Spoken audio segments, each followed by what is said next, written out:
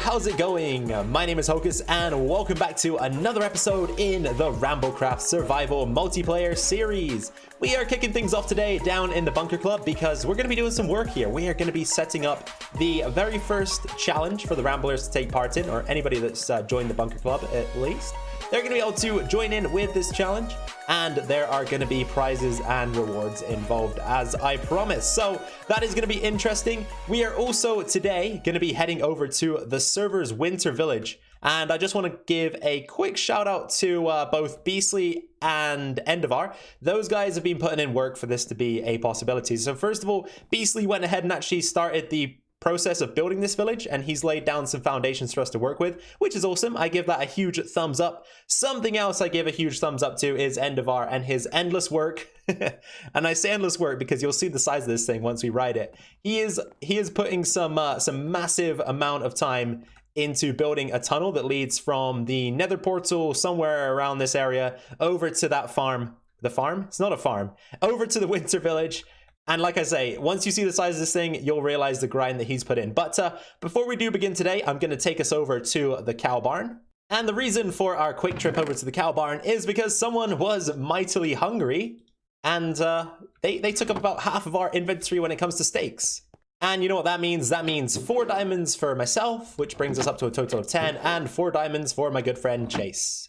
Okay then guys, let's kick off today's shenanigans with the Bunker Club very first challenge, right? So we've got 3 sign-ups still, and you know, I'm gonna leave sign-up open so there's more chance for people to join, but we've got a CHASETER, we've got an Endavar, and we've got a binary Vigilante. We've also got ourselves 4 Bunker Club membership cards, so 3 of these are gonna be going immediately to these guys, and I'll keep 1 for, you know, anybody that decides to sign up further down the line.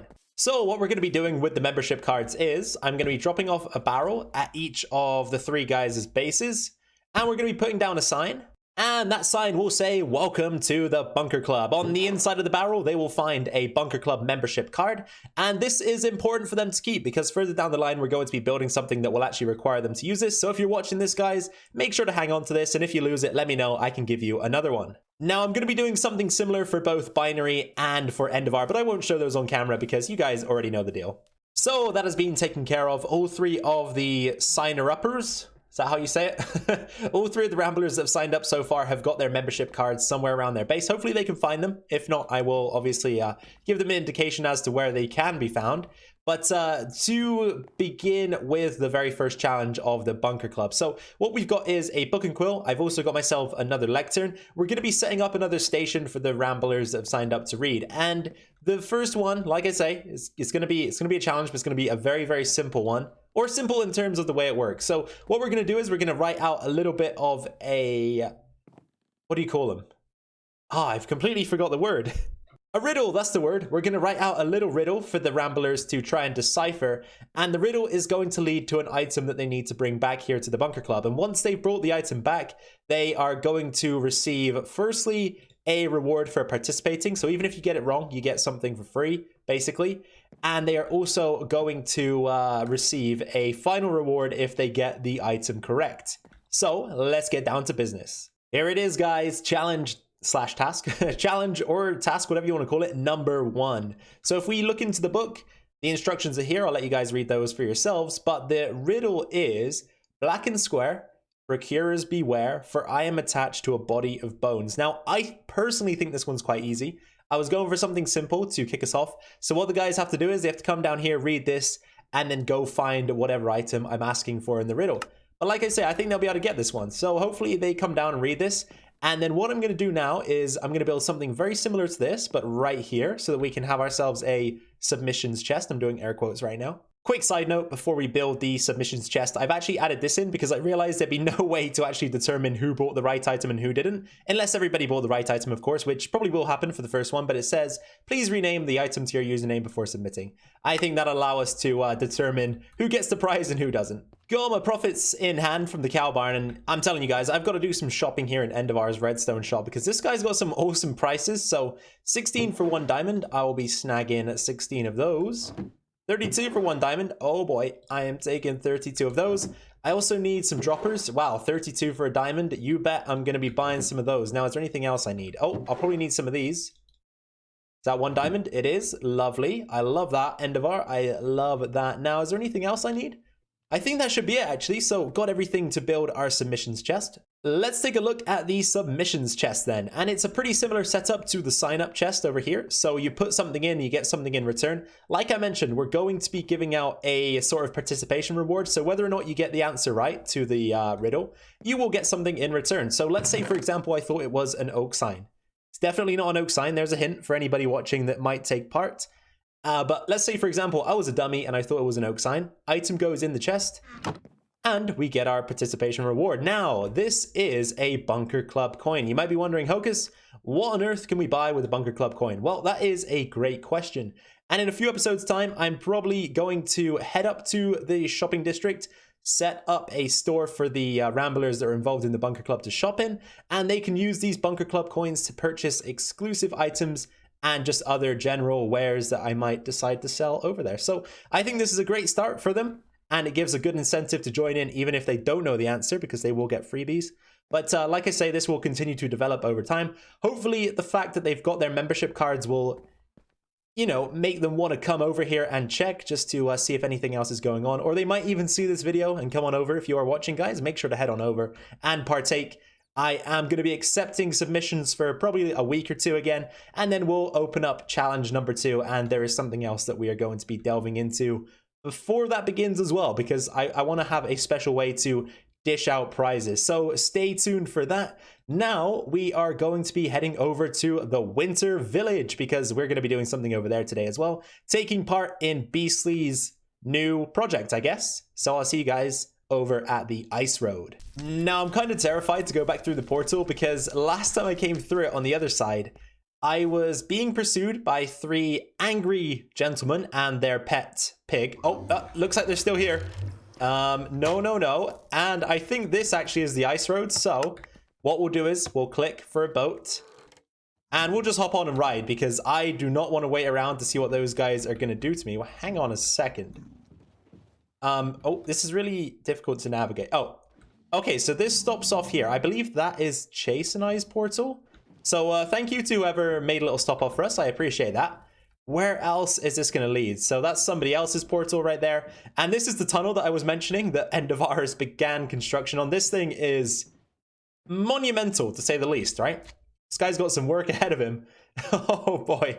Oh no, there's a... Whoa, it's all happening at once. There's a boat on the tracks and I'm getting the hot tourist destinations challenge. Oh, nice. Well, that is a good one to get, I guess. And I think we should be almost there by now. But this thing gets some speed, right? Look at it. Ooh, baby. We're flying. How far is this thing?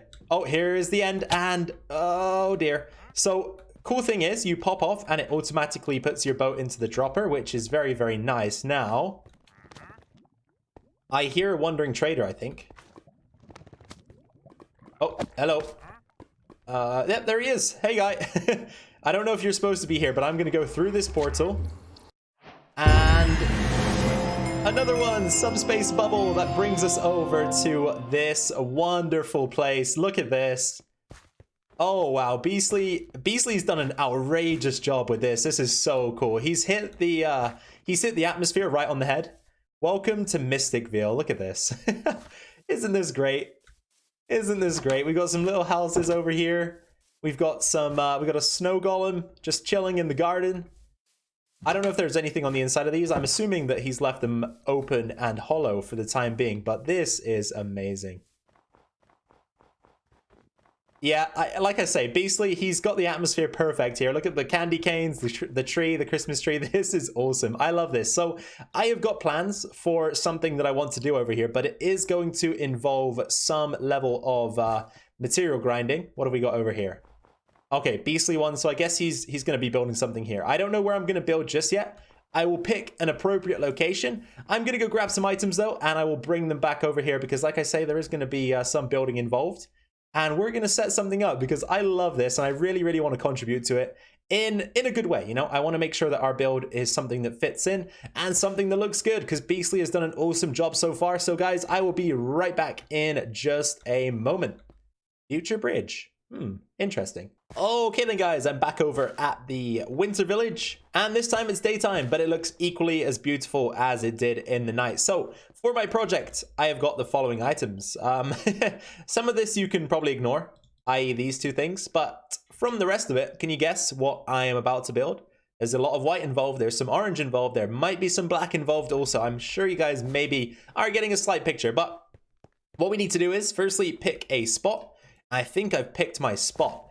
I am going to pick this spot right here, just next to this road that kind of bends around the tree and off in this direction. So my spot is going to be right here, and we are also going to need some snow. So what I've been doing is hoovering up some of the snow off the path, but sometimes that can be a little bit of a bad idea because Beastly has used some gravel around here, so occasionally it leads to me destroying parts of the path that I don't want to be destroying. So I'm going to have to think of a better method of harvesting snow, and I think that method maybe will involve this guy over here. So if you didn't know, with snow golems, they kind of just regen snow all the time. So if you dig it up, it just comes back. They're stood on that block. So it's a pretty nice way of gathering it up. And then you can convert this into snow blocks like so. And these will be mainly what I'm going to use to build the or our first build over here. I mean, you know, for all I know, this could have been someone other than Beastly. I'm not entirely sure, but either way, I hope I can contribute in a way that fits the theme. I'm sure it will. And in a way that fits with the beautiful building style that is already going on over here, because it looks awesome. I don't want to be the one to ruin that.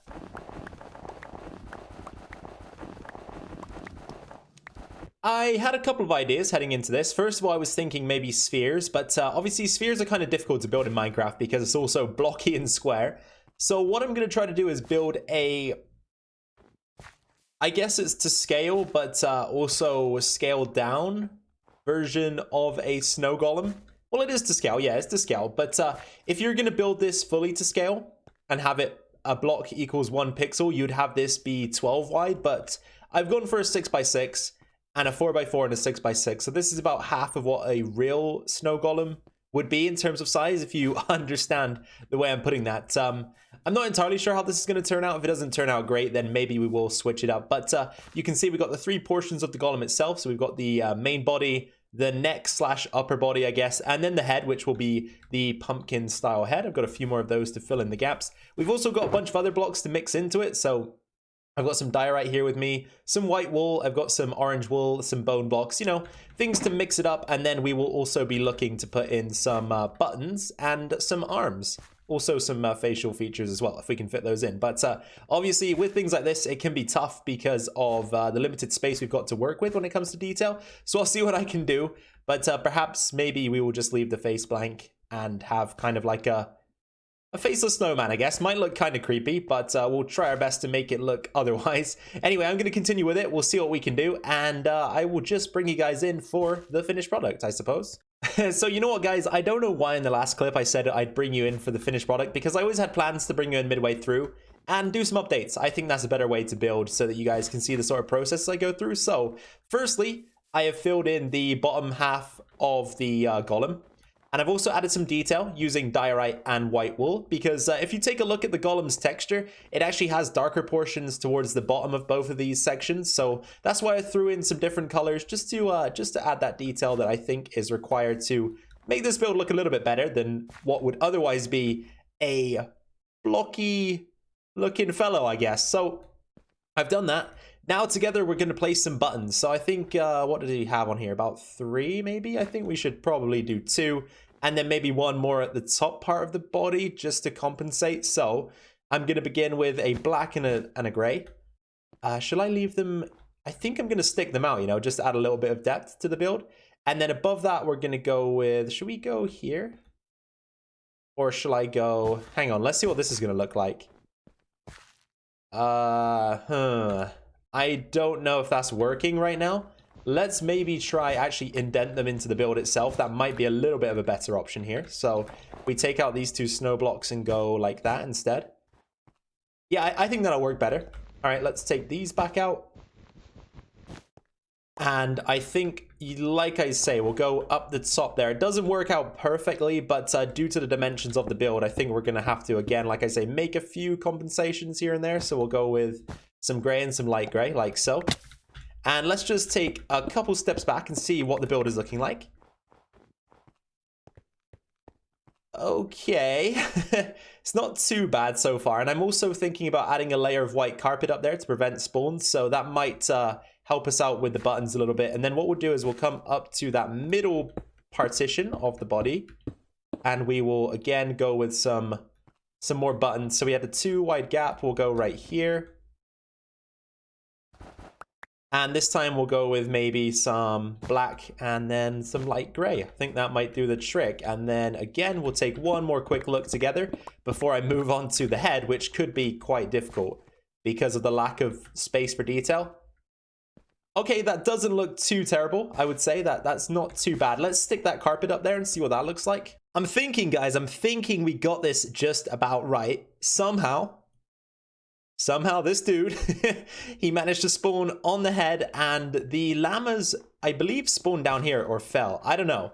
I found them around the back here with 2 leads on the ground. Not entirely sure what happened, but he's up there, they're down here. Very, very strange situation indeed. But like I say, I think this is looking good. So for the pumpkins, I've again gone for somewhat similar to what the texture of a pumpkin actually looks like. So if you look at the pumpkin itself, it's darker at the bottom and lighter at the top. So that's what I've gone for. And I think it looks good, right? I said the face might be an issue. We're not going to go for a face. There's not enough room to detail it. So I'm going to stick to what we've got.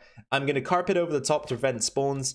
And then we're going to do some arm work. But for the arms, I'm going to be needing a couple of different wood types. So first of all, we're going to be collecting up some spruce. That will be one of our wood types. And then the second type of wood we're going to use, I'm thinking will be probably oak. But unfortunately, I haven't located any in the area. So I'm going to have to do a little bit of searching, I think, before we get down to building. And when things just couldn't get any weirder, seems as though we've got a zombified piglin on top of this small hill now. So, okay. But the snow golem is pretty much done. We just need to spawn proof the top of the guy. So we will do that by applying some wool. Some orange wool, that is. And then we will create some carpeting. And the carpeting will just go over the top of the wall that we've applied. You can live down there somewhere. Oh, he's safe. Okay. I was scared that I committed a crime on camera then, and you guys may not have been happy about it. But let's finish up here with a small layer of carpeting. And like I say, this is just to prevent any mobs spawning up here and dropping down onto unsuspecting ramblers down below, because I want this build to have a secondary purpose. So as well as looking cool, I think, amongst the village, I am going to be turning this into a mini snow farm. So I'm going to go grab some components, we'll do that, and then we will finish up today's episode of RambleCraft. Fair warning, this is going to be the last clip before we finish up with today's episode. So we've got the golem in full flow now, and as I said, a little mini snow farm underneath. So what we've got going on here is a golem trapped inside of a golem. Golemception. And what you can do is just crouch down here and repeatedly swing the shovel across both of these blocks, and all it does is just generate snow, which is pretty cool, right? Because this snow can be transformed into snow blocks for use around the snow village. So I think this is very, very useful for all of the ramblers that are going to come here in the future and do whatever they decide to do. So underneath all of this, we've got a cart running. I'll be quiet for a moment to see if we can hear it. Think you'll be just about to hear it. Yep, think you can hear it. It's bouncing back and forth, and it is collecting and distributing snowballs into this chest here. You can see slowly but surely the snowballs will enter, and if you need to grab them, you can grab them from there, but otherwise you can sort of stand close enough to get a few in your inventory and take them away to do whatever you need to do with them. So I think this is a pretty useful thing to add here, and hopefully, like I say, some of the other players on the server will get some use out of it for builds in the area. But let's take one final look at what we've done today with the tree in shot also. Yeah, you know what? That's not so bad, is it? I thought it might be too blocky, but I think with the extra textures that we've thrown in there, it works quite well in the end.